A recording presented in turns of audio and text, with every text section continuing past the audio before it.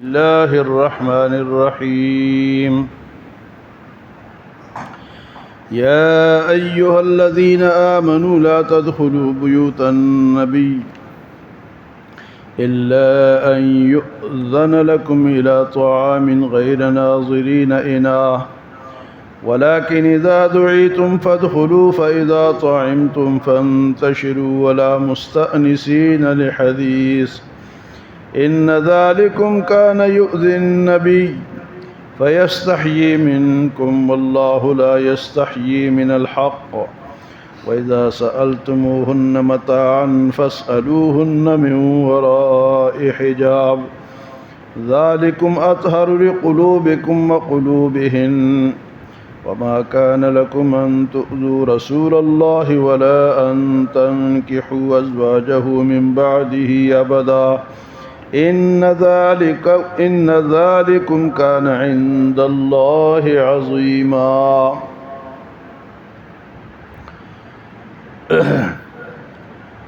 آداب معاشرت. حضور صلی اللہ علیہ وسلم کی زوجہ محترمہ حضرت زینب بنت جحش سے جب آپ کی شادی ہوئی، جو کہ اس سے پہلے حضرت زید کے نکاح میں تھی، جو آپ کا منہ بولا بیٹا تھا، تو اس رسم کو اللہ پاک نے توڑا کہ منہ بولا بیٹا جو ہے وہ حقیقی بیٹا نہیں ہو سکتا۔ تو جب یہ شادی ہو گئی تو آپ صلی اللہ علیہ وسلم کے حالات کچھ بہتر تھے اور آپ نے ولیمہ فرمایا، اچھا ولیمہ۔ باقی جتنے بھی آپ کی ازواج مطہرات تھیں ان میں کوئی خاص ولیمے نہیں ہوئے، جو حاضر تھا وہ دے دیا۔ حتیٰ کہ حضرت عائشہ رضی اللہ تعالی عنہ کا جب نکاح ہوا تو آپ کے پاس کچھ بھی نہیں تھا، تو آپ نے ولیمہ نہیں فرمایا۔ تو ولیمہ سنت تو ہے، لیکن ایسی سنت نہیں ہے کہ قرض لے کے بندہ وہ ولیمہ کرے اور 200 300 اور 2000 3000 بندوں کو بلائے۔ سنت ہے اپنے حیثیت کے مطابق وہ کرے۔ تو یہ جب آپ کی شادی ہوئی تو آپ کے حالات بہتر تھے، آپ نے بکری ذبح کی، گوشت پکایا، روٹی پکائی، صحابہ کو کھلایا۔ لیکن یہاں واقعہ یہ ہوا کہ جب صحابہ کرام کو دعوت دی گئی تو آ گئے سارے، کھانا پکانے سے پہلے آ گئے، اور ابھی وہ پردے کا حکم بھی نہیں آیا تھا۔ تو اب حضرت زینب بنت جحش جو کہ دلہن ہے وہ بھی بیٹھی ہیں، باقی خواتین بھی ہے، کھانا پکا رہی ہیں، مرد بھی آ گئے۔ جگہ بھی تو یہ حال شال تو نہیں ہوتے تھے، تنگ جگہ تھی، تو عورتیں بیچارے دبک کے بیٹھی ہوئی تھیں۔ اب مرد آ گئے، کھانا بھی تیار نہیں ہوا۔ جب تیار ہوا تو کھا لیا تو پھر بیٹھ گئے، گپ شپ لگا رہے ہیں۔ تو اس کا اللہ پاک نے یہاں حکم دیا کہ اس طرح نہیں کرنا چاہیے۔ فرمایا کہ جب آپ کو بلایا جائے اس وقت آؤ، اور جب کھانا کھا لو تو چلتے بنو۔ ہاں اگر کسی نے اس لیے بلایا ہے کہ کھانا ابھی تب دیں گے جب ہماری تقریر سنو گے، جس طرح سیاسی جلسوں میں ہوتا ہے نا کہ وہ کہتے ہیں بریانی کھا کے جاؤ گے، تو پھر تو بریانی کھا کے جائیں گے، تقریر سن کے جائیں گے۔ لیکن اگر کسی نے ہمیں دعوت دی ہے اور وہ بیچارہ اپنے کام میں پریشان ہے، ہم جا کے بیٹھ گئے گپے لگا رہے، کھانا بھی کھا لیا، تو یہ منع ہے۔ ہاں اگر اس کو کوئی تکلیف نہیں ہے تو آپ بیٹھ سکتے ہیں، لیکن طریقہ یہ ہے کہ جب دعوت دی جائے تو اس وقت بندہ جائے کھانا کھا کے، اور گھر والوں کو پریشان نہ کرے وہاں سے۔ تو معاشرت حضور صلی اللہ علیہ وسلم کی بیان فرمائی، لیکن بتایا ہمیں جا رہا ہے کہ تم اس طرح کرو۔ تو فرمایا یا ایھا الذین آمنوا، ایمان والو، لا تدخلوا بیوت النبی، تم نبی کے گھر میں داخل نہ ہو، الا ان یؤذن لکم الی طعام، ہاں جب وہ اجازت آپ کو دیں کھانے کی، غیر ناظرین اناہ، لیکن اس کھانے کے پکنے کے انتظار میں نہ بیٹھو۔ ابھی پکا نہیں ہے اور پہلے سے آ کے، جس طرح بعض لوگ دیکھ کے آگے پیچھے آ کے بیٹھ جاتے ہیں، تو فرمایا غیر ناظرین اناہ ولکن اذا دعیتم، لیکن جب تمہیں دعوت دی جائے فادخلوا، پھر تم داخل ہو، کھانا جب تیار ہوئے اور تمہیں دعوت ملے تو پھر آؤ۔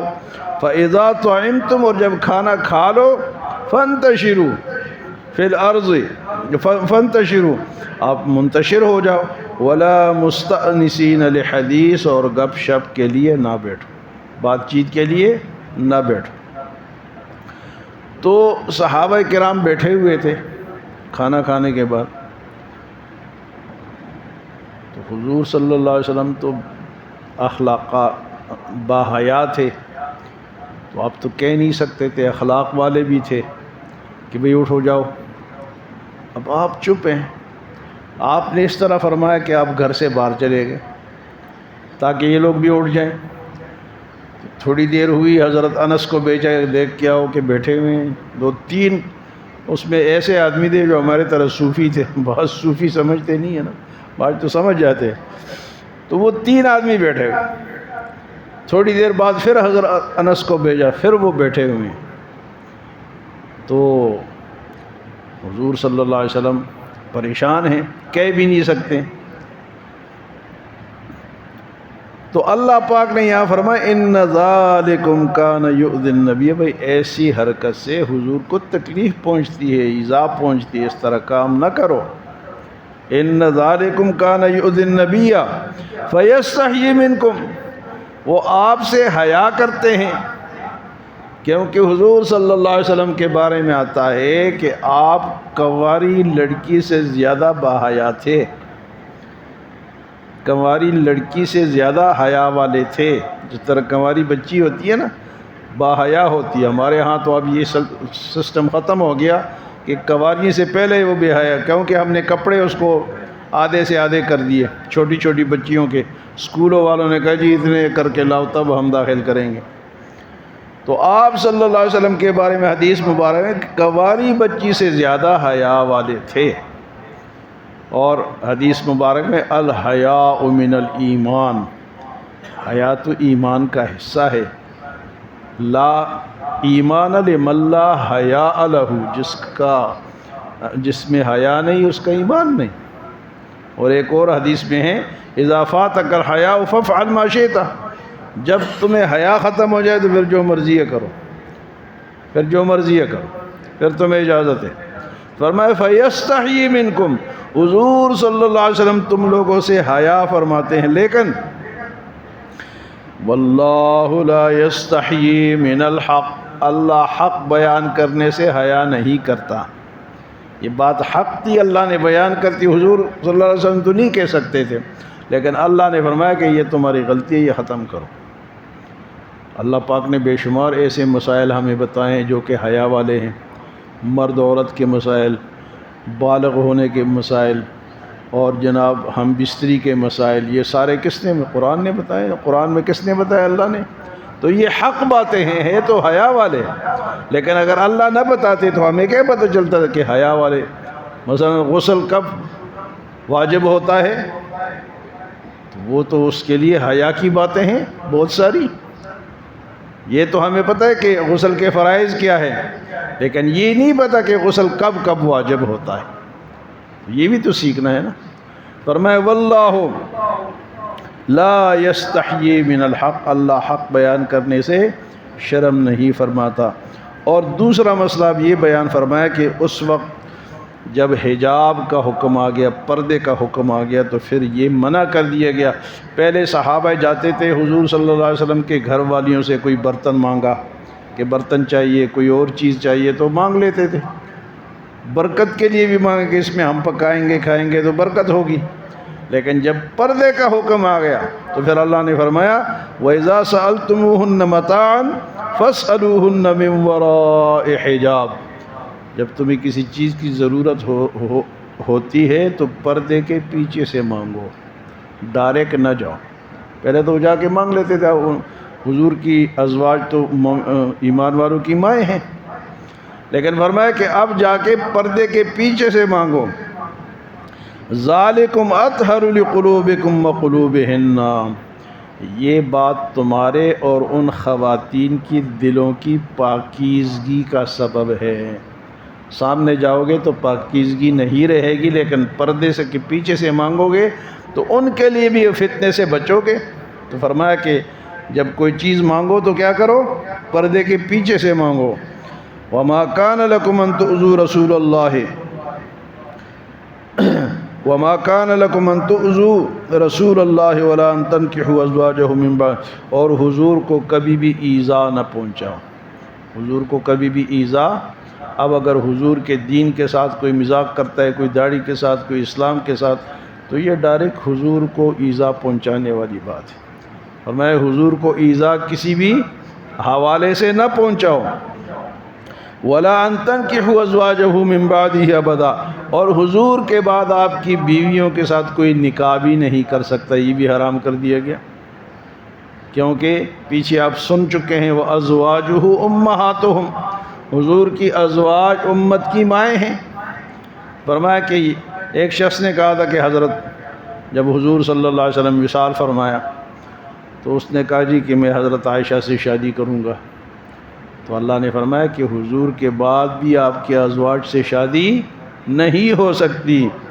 وَلَا أَن تَنكِحُوا أَزْوَاجَهُ مِن بَعْدِهِ أَبَدًا إِنَّ ذَلِكُمْ كَانَ عِندَ اللَّهِ عَظِيمًا، اور یہ اگر کوئی اس طرح خیال کرتا ہے یا کرتا ہے تو یہ اللہ کے ہاں بہت بڑا جرم ہے کہ حضور کے ازواج سے کوئی۔ تو یہاں معاشرہ کی بات سمجھائی کہ دعوت کا طریقہ سمجھایا، یہاں تو بن بلائے بھی چلے جاتے ہیں نا جی، تو بن بلائے جانا بھی منع ہے، اور دعوت دی جائے تو اس ٹائم بندہ جائے، اور جب کھا پی لے تو وہاں سے نکلنے کی کوشش کرے۔ حدیث مبارک میں یوں بھی آتا ہے کہ بن بلائے مہمان کی یہ ہے کہ دخل سراقاً وخرج خرج مغیراً، بن بلائے جو جاتا ہے نا جی چور کی طرح جاتا ہے اور ڈاکو کی طرح پھر نکلتا ہے۔ جاتا کس طرح ہے؟ چور بن کے جاتا ہے، بھائی اس کو دعوت نہیں ہے۔ حضور صلی اللہ علیہ وسلم کے ایک صحابی نے دعوت کی، آپ کے ساتھ 4 بندے اور تھے، تو آپ جا رہے تھے دعوت کے لیے تو ساتھ ایک اور مل گیا راستے میں۔ 4 تو تھے آپ، ان کو تو اجازت تھی، لیکن 5واں ایک اور مل گیا، تو حضور نے اس شخص سے اجازت مانگی کہ ایک بندہ اور آیا، اس کی اگر اجازت ہے تو ہم لے آئیں، اگر اجازت نہیں ہے تو ہم اس کو نہ لے کے آئیں۔ تو بغیر دعوت کے گھسنا یہ بھی منع ہے، شریعت نے اس کو بھی منع فرمایا۔ اذا دخل سراقاً و اذا خرج خرج مغیراً، جب داخل ہوتا ہے تو چور اور نکلتا ہے تو ڈاکو۔ تو یہ باتیں ہمیں یاد رکھنی چاہیے، یہ معاشرہ ہے اور اسلام ہی معاشرہ ہمیں بتاتا ہے۔ تو اس میں حیا بھی آ گئی، دعوت کا طریقہ بھی آ گیا، اور ولیمے کا طریقہ بھی آ گیا کہ ولیمہ کیا ہے، کتنا ہونا چاہیے، کس طرح ہونا چاہیے۔ تو یہ ساری باتیں قرآن ہمیں بتاتا ہے۔ اللہ ہمیں عمل اور سمجھ کی توفیق عطا فرمائے۔